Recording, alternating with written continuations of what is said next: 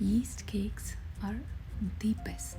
Spongy, fluffy, super light, and melt in the mouth. Let's see how to make this simple yet fun flavored marble bundt cake.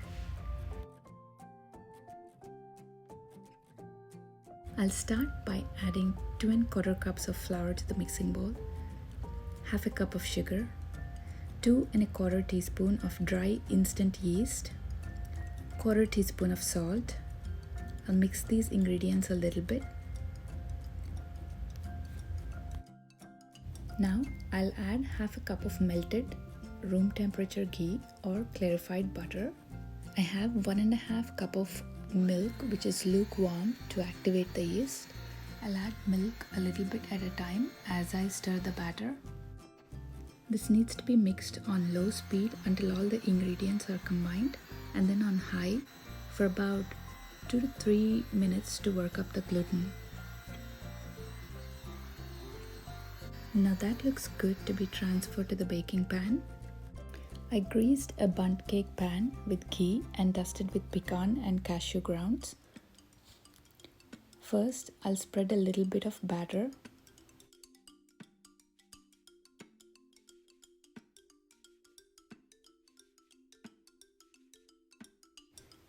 And then here I have some homemade mixed berry jam. I'll add a little bit on the top. You can use any jam that you have, but make sure it's not very thick. Now add a little bit more on the top. Now with a butter knife, or here I'm using a skewer to swirl the jam into the batter. Just like that, carefully, trying not to touch the sides or the bottom of the pan.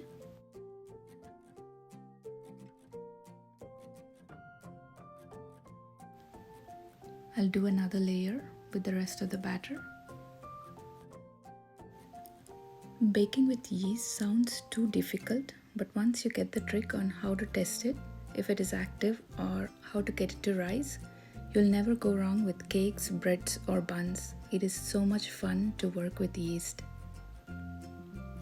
It's much better than baking powder and gives the sponge a unique flavor. That looks good now. I'll cover this and let it rise until the oven is preheated to 350 degrees Fahrenheit. It's been about 20 minutes since this is sitting here. Now this will go in the oven for half an hour. And here we have a beautiful painting-like cake. I wish you could smell this. The marble bundt cake is ready. Let's try and flip it and wait for about 40 minutes to 1 hour to completely cool it down. Always have patience and wait till it's completely cool before you cut into the cake, as it needs that time to settle down and hold up those air pockets and feel spongy.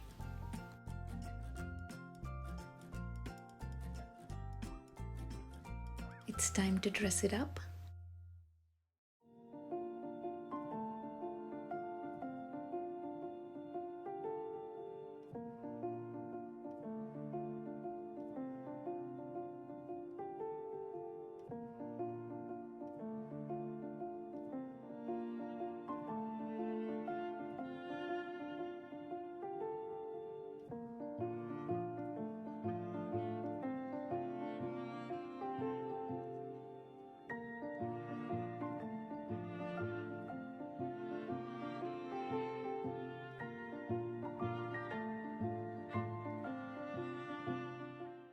Every piece I cut into has a pattern of its own.